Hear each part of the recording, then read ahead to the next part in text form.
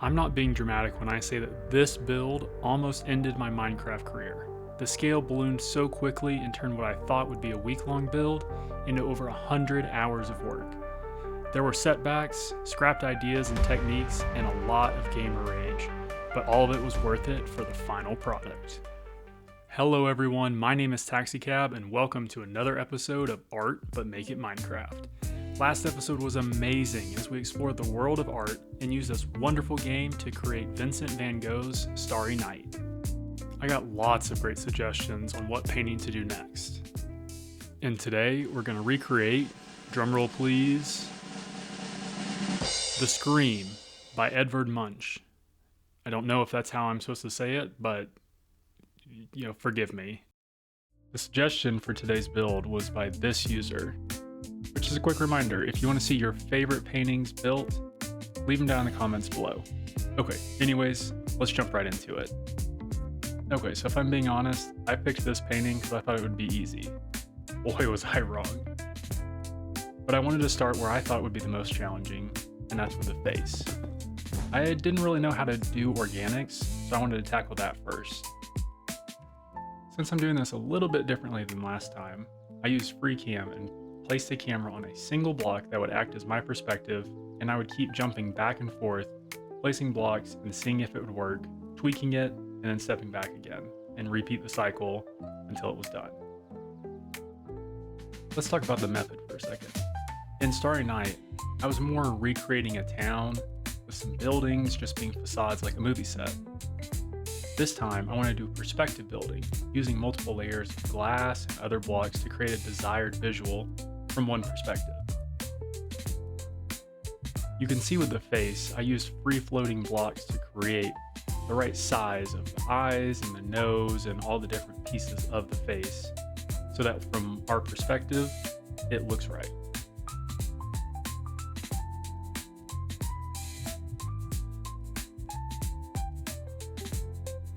Next, I wanted to tackle the boardwalk. I tried placing blocks vertically and started moving its way towards the top left corner. I used each individual column were the planks that you could see in the boardwalk, using darker blocks and one block offsets to create depth. In the painting, the boardwalk stretches behind the screamer with other people down the way. The more planks I added to the boardwalk, the less it worked in my opinion. So I decided it was time to try a few new things. This was my first rabbit hole. For those of you that don't know, let me be your teacher for a second. So the vanishing point is a point on the horizon where parallel lines converge. It makes the parallel lines almost look like a triangle when they go far enough back, when they touch the horizon. Well, I rediscovered this when I was trying to make the boardwalk. I tried to build it flat and go straight back, but found that it just wasn't working. It was vanishing towards the middle of the horizon, so I needed to shift where the vanishing point was, from the middle of the painting to the top left corner. Since I was using perspective building, I tried to use stairs coming toward you and stairs going away to create the illusion, but it just didn't look right. And I figured when it came time to adding the people that were further down the boardwalk, the proportions would just not be right. Unfortunately, I found that the best way to do it was to build the boardwalk on a single Y level, but on an angle going back to the left. So I removed my old boardwalk and started working on the new one. I found the bottom of my FreeCam's perspective and started the bottom of the boardwalk there. Then started a pattern that would go back and to the left until it met with the frame from our desired perspective.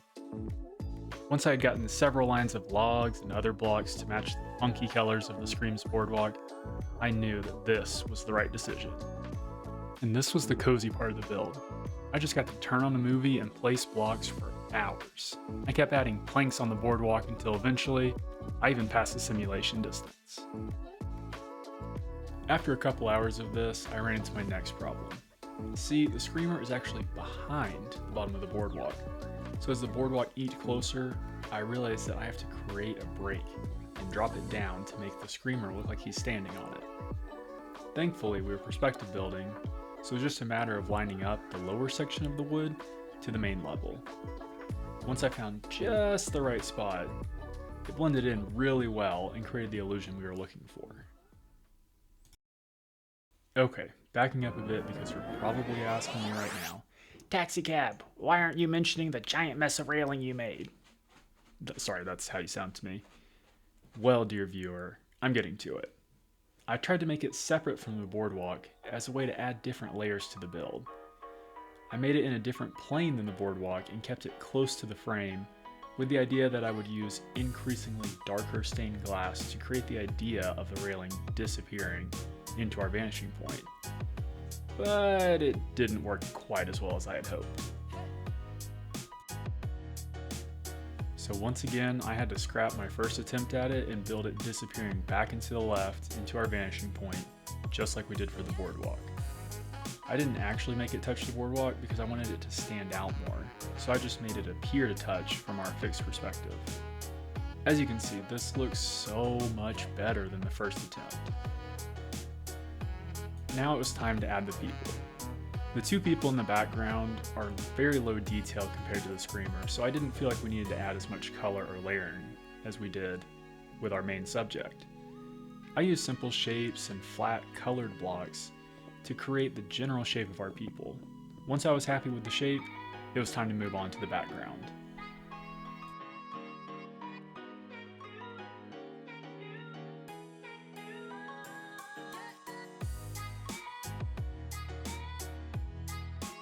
With most of the elements of the foreground done, it was time to tackle the backdrop.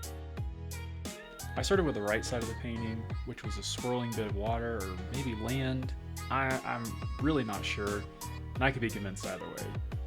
I used a gradient of white colors with splashes of color with the use of frog lights and other blocks to create what I thought, or what I interpreted as, swirling water. I then moved on to what I interpreted as an island in the water. I used sand and sandstone to create the general shape and used Axiom to fill it in. But I found it was just too dark, so I tried to use a feature I had seen other creative builders use. I turned off block updates using Axiom so that I could have as much control over the build as possible, which worked great, but I wanted to add light to make the island stand out. I used commands to add light blocks around the sand, but that's when disaster struck.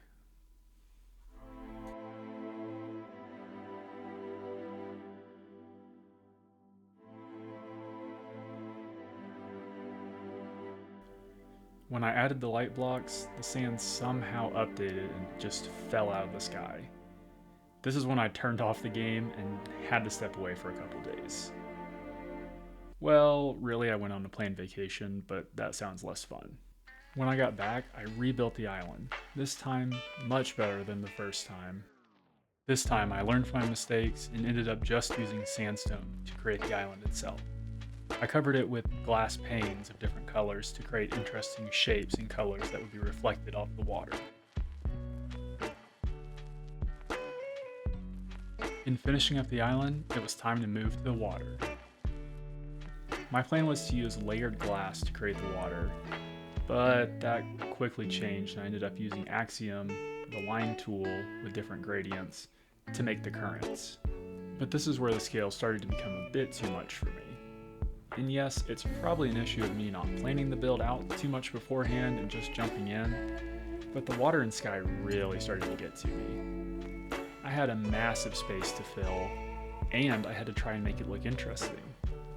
I got a bit overwhelmed and frankly, was having a hard time staying motivated to finish this build. I even moved the top of the frame down to limit the work needed, but I was still struggling to sit down and actually finish this build. So once again, I stepped away from Minecraft. But then I started to notice I was struggling in other areas too. I was not wanting to work out, struggling to get through the day at work, just overall unmotivated and maybe a little depressed. But I took some time to pray and refocus, spent some time with friends and family, and was able to find my motivation and drive again.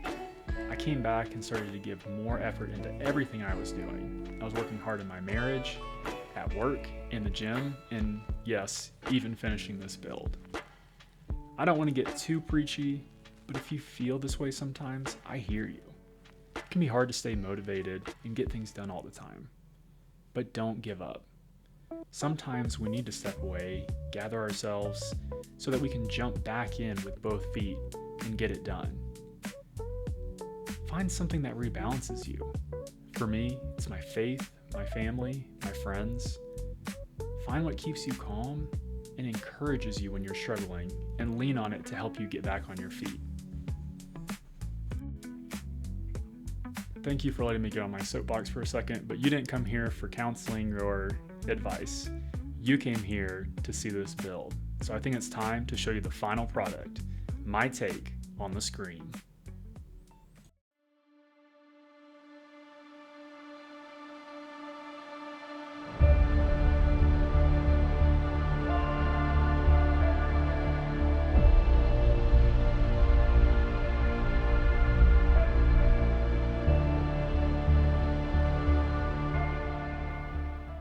Thank you so much for joining me in this build journey. I'm sorry it took a while to come out, but sometimes real art takes time. I appreciate you watching this video. If you have any other suggestions, leave them in the comments below, and I just might recreate your favorite painting. Don't forget to subscribe, and I'll see you next time. Goodbye.